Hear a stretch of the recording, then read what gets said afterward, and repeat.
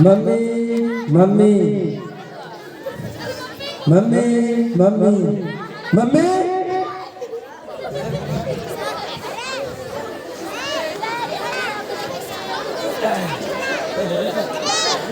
मैंने जो आपको कल दवाई का पर्चा दिया था वह कहाँ है?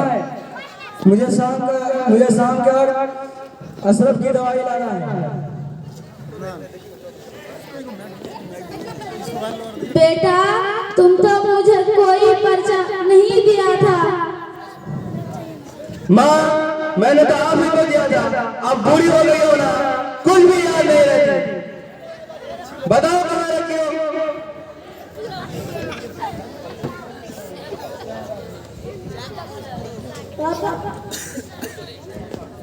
पापा पर्ची आप कल आपने मुझे रखने के लिए दिया था।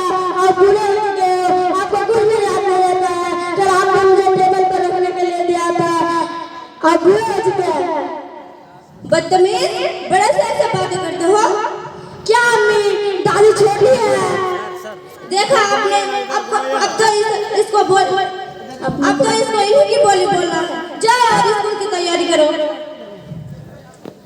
कहाँ था बेटा? टेबल पर आपने मुझे रखने के लिए दिया था कल। ओह तो मैं भूल ही गया था। बेटा उधर से मेरे भी दवाई लेकर आना।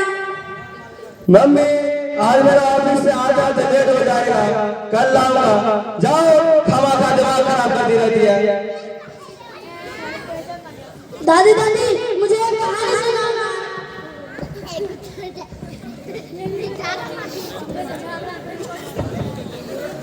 ठीक है बैठो बेटा। बहुत दिनों पहले की बात है। एक घर में एक माँ अपने बेटा और बहू अपने लाडले पोते के साथ रहती थी। फिर अचानक एक दिन ज्यादा बीमार हो जाती है। उसे ऐसा लगता है कि मैं अपने बेटे के साथ ज्यादा दिन नहीं रह पाऊंगा।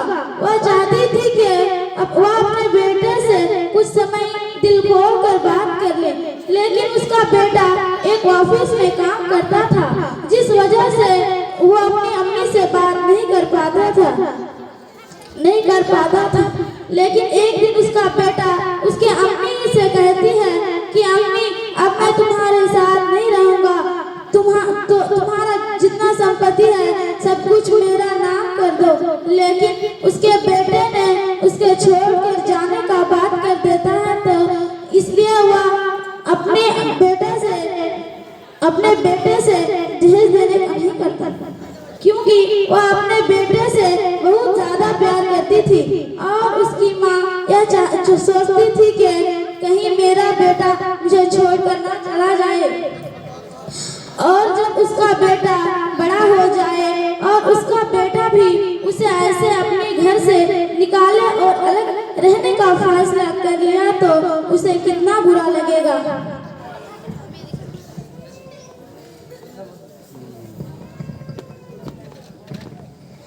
हाय अल्लाह, ये क्या हुआ? मैंने तो सब कुछ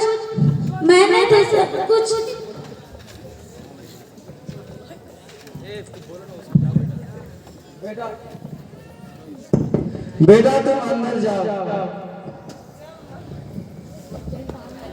मम्मी मुझे तुमसे कुछ बात करनी है। हाँ बेटा बोलो, क्या बात है? मम्मी वो 2 मंजिल वाली फ्लैट है ना, उसको आप मेरे नाम कर दो। क्यों बेटा, हम लोग को यहाँ रहने में कोई परेशानी है क्या? हम लोग कहीं जाना चाहते हैं? हम लोग नहीं मम्मी, बस मैं और समरीन और अशरफ, और तुम यहाँ अकेले रहोगी, समझी? क्यों बेटा, इसके मतलब मैं अब अकेली रहूंगी? बोल बेटा। जब तुम छोटा था ना, मुझे बहुत परेशान करता और किसी भी कोई कहता था मैं उसे लड़ जाती थी। लेकिन आज तुम लोगों ने फैसला कर ही लिया, तो जब तुम फैसला कर ही लिया तो ठीक है। लेकिन मेरी भी एक शर्त है, तुम्हारा संपत्ति पूरा ना 2 महीने का समय दे दो, तुम्हारा पूरा नाम कर दूंगा। ठीक है माँ, तुम्हें 2 महीने का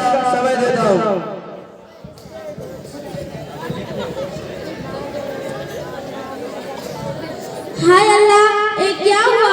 मैंने तो बस अपने पोते को एक कहानी सुनाया था, लेकिन ये तो मेरे साथ होने लगा। मैंने बेटे से कैसे अलग रहूं?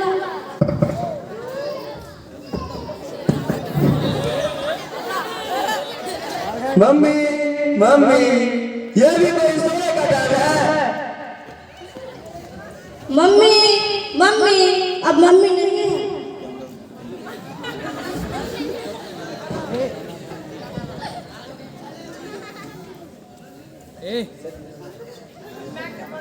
काहे बंद कर रहे हो?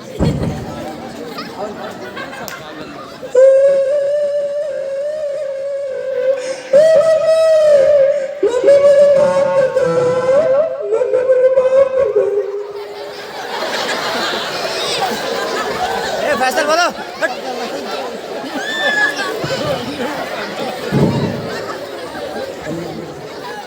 बहुत दिनों पहले की बात है।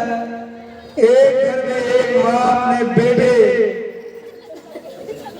बहू और अपने एक लाडले पोते के साथ रहती थी। फिर अचानक एक दिन ज्यादा बीमार हो जाती है। उसे ऐसा लगता है कि अब मैं अपने बेटे के साथ ज्यादा दिन नहीं रह पाऊंगी, इसलिए वो चाहती थी कि अपने बेटे से कुछ समय दिल खोल कर बातें करे। लेकिन उसका बेटा एक ऑफिस से काम करता था।